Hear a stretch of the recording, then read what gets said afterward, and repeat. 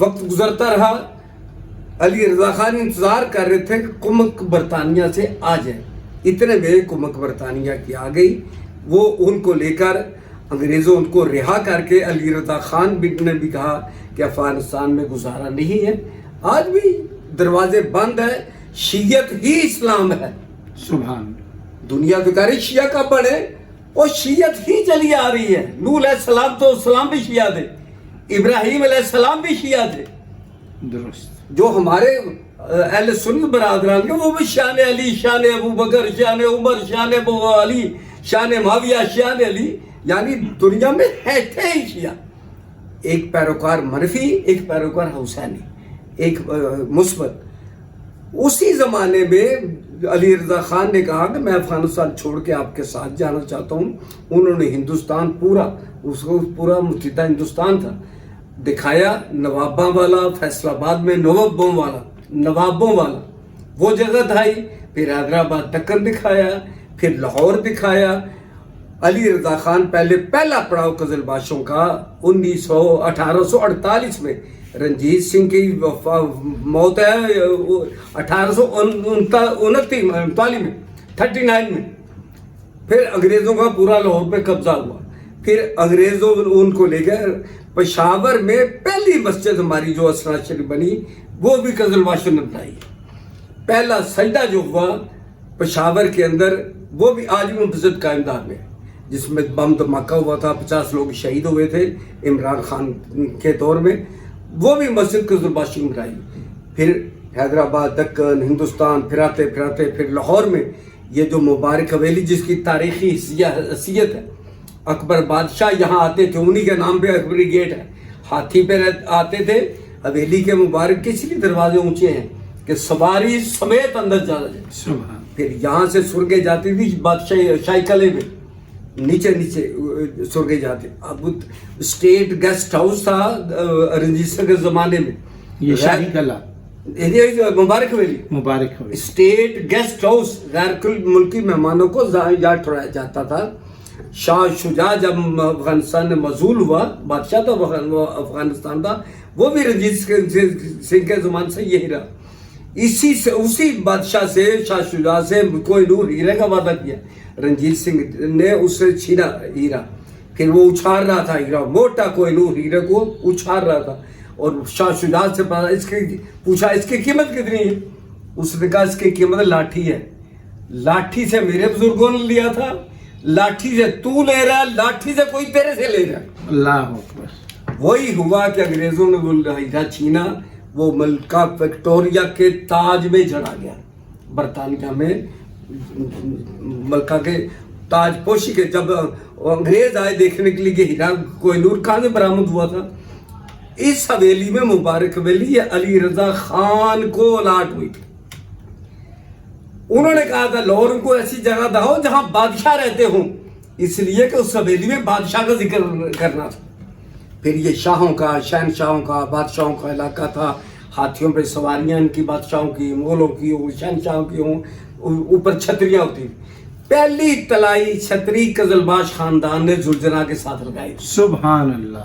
وہ مبارک حویلی بھی جس میں اکبر بادشاہ رہے، مغل بادشاہ رہے، رنجیت سنگھ رہا، انگریزوں، وہ بڑی حویلی وہی قزلباشوں نے امام حسین علیہ السلام کے لیے انتخاب کیا. اس کا لاہور میں پہلا پڑاؤ مبارک. ناظرین، علامہ وقار الحسین نقوی نے ایک تاریخی جو راز تھا اس کو بے نقاب کیا کہ قزلباش خاندان نے جب امام حسین علیہ السلام کی سواری کو برآمد کیا گیا تو طلائی چھتری یعنی کہ سونے کی چھتری امام کی سواری پر جو ہے وہ اوپر رکھی گئی. اور یہ میں سمجھتا ہوں کہ یہ وہ حقائق ہیں جو آنے والی نسلوں تک ابھی تک نہیں پہنچے. ہماری یہ خواہش ہے کہ وقار الحسین نقوی صاحب کچھ ایسی باتیں جو ہیں وہ آنے والی نسلوں کے حوالے کریں. جی قبلہ. موچی دروازہ میں پہلی مسجد مکتب آل محمد علیہ السلام کی علی رضا خان کے بیٹے تھے نواب نوازش علی خان. انہوں نے مسجد نواب صاحب کی بنیاد رکھی. اور لاہور کے اندر 8-9 اہل تشیع کے گھر تھے جن میں فقیر خانے والے تھے، یہ فیکٹریز والے تھے، مبارک بیگم، امام بڑا، مراتب علی شاہ، ان دونوں خاندانوں کے آپس میں شادیاں ہوئی تھی. بیگم مبارک فقیر خانے والوں کے ہاں بیاہی گئی تھی. اس زمانے میں پھر ان کو سنگم بنا. لیکن یہ تھے سیاسی خاندان. رنجیت سنگھ کے وزیر اعظم رہے فقیر عزیز الدین. لیکن برہنہ شیعہ جسے کہتے ہیں میدان میں آنے والے وہ نہیں تھے. قزلباش خاندان پھر وہ حاجی تھے, حاجی علی رضا خان, حاجی نواز علی خان, حاجی ناصر علی خان. وہ حاجی کا متشرع لوگ, داڑیاں رکھی ہوئی تھی لمبی, تہجد گزار لوگ تھے. پہلی مسجد لاہور میں جو پہلا سجدہ علیہ محمد علیہ السلام کا ہوا ہے وہ مسجد نواب صاحب, موچی دروازہ. موچی دروازے. پہلی مسجد قائم کی گئی مسجد نواب صاحب. مبارک حویلی بادشاہوں کی تھی. وہاں سے زلزلہ نکلتا تھا, لوگ تھے نہیں. اکربی منڈی میں لوگ مزدوری کر کے تھڑے پہ سوئے ہوتے تھے. نواب صاحب کو اٹھا کے لائے تمام لوگوں کو. ان کا ایک دن کے لیے بادشاہ امام حسین علیہ السلام کا ماتم کرو, جو مرضی لے جاؤ. اللہ اکبر. جس برتن میں کھانا کھاؤ گی یہ برتن تمہارے ہوئے. یہ نواب مظفر علی خان نہیں, وہ اوپر تھے. نواب نوازش علی خان, نواب نوازش علی. ناصر علی خان ان کے بھائی تھے. نواب ناصر علی. نوازش علی نے تمام جائیدادیں خریدی تھی, وہ کٹھی کرتا رہا. یہ امپر روڈ کی کوٹھیاں ہیں, جو مکانات تھے, یہ چیمبر لین روڈ کے مکانات. آتا نواب صاحب, جہاں حسن زیدی صاحب رہتے رہے, مفتی جعفر حسین رہتے رہے. وہاں پہ سابق وزیر اعظم ملک معراج خالد بھی وہاں پہ, ابھی بھی ان کا گھر ہے. قبضہ نہیں چھوڑا انہوں نے. ان کے وہ خاندان کے لوگ ہیں. ہم نے تو ان کے نام کی پلیٹ لگی دیکھی. ملک معراج خالد نثار ویلی میں بھی رہے. جب لاہور میں پڑھ رہے تھے تو رات کو قیام ان کا نثار ویلی میں ہوتا. پھر نواب مظفر نے ان کو ہاتا نواب صاحب میں گھر دے دیا. وہ وہاں چلے گئے جا کے. وہ ابھی تک مکان ان کے حوالے, ان کے قبضے میں ہے, ان کے خاندان کے, ان کے نام کے پلیٹ لگی. یہ پہلی مسجد. پھر چوک نواب صاحب, یہ نواب صاحب نے مبارک ویلی میں گھر لیا. ان کے نام کا, اس کا چوک کا نام چوک نواب صاحب, مسجد نواب صاحب. ایسے پھر محلہ شیعہ جو قائم ہوا ہے, یہاں پہ 10 مرلے کے گھر لے کے اس کو کاٹ کے مرلہ 1.5 مرلہ 2 مرلے لوگوں کو دیے, آباد کیا. کہا سال بھر خود رہو, ایک دن کے لیے امام حسین علیہ السلام کو مہمان بنا لیا. سبحان اللہ. وہ 72 گھر گئی. ایک روایت ہے, علامہ صاحب کا رحمت اللہ سے موجود ہے, ایک روایت ہے کہ شب عاشور کو امام حسین علیہ السلام نے خیام کا چکر لگایا تھا. یہ زلزلہ اسی لیے رات بھر موچی گیٹ میں رہتا ہے.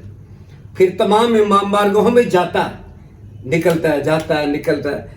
اس روایت کو قائم کرتے ہوئے پوری رات جب زلزلہ برآمد کیا انہوں نے, تو یہ موچی دروازے رات رہتا ہے, دن کو اپنے منزل کی طرف روانہ ہوتا ہے. نوازش علی خان صاحب نے پہلی مسجد میں. پہ علامہ حیری صاحب کے پردادا کو علامہ طاہر رضوی, جو مفسر قرآن ہے, تفسیر قرآن پاک لکھی, بر صغیر کے وہ مجتہد تھے. مجتہد ایران میں تھے, عراق میں تھے, لیکن بر صغیر کے مجتہد وہ علامہ صاحب تھے, جو علامہ حیری کے دادا طاہر رضوی صاحب. کربلا گام شاہ میں مدفن ہے ان کا, وہاں موجود ہے. وہاں ان کو لکھنؤ سے لایا گیا کہ لوگوں کو دین سکھاؤ. جو دین خدا کا رسول پاک لے کر آئے تھے, دین خدا کا تھا, آئے تھے رسول پاک لے کے.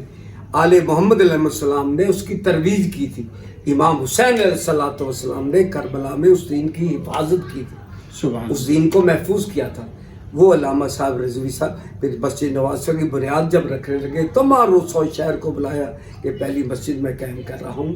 اور علماء سے کہا کہ وہ اس کا سنگ بنیاد رکھے, پہلی اینٹ وہ لگائے جس نے شعور کی زندگی میں تحدث نہ چھوڑی.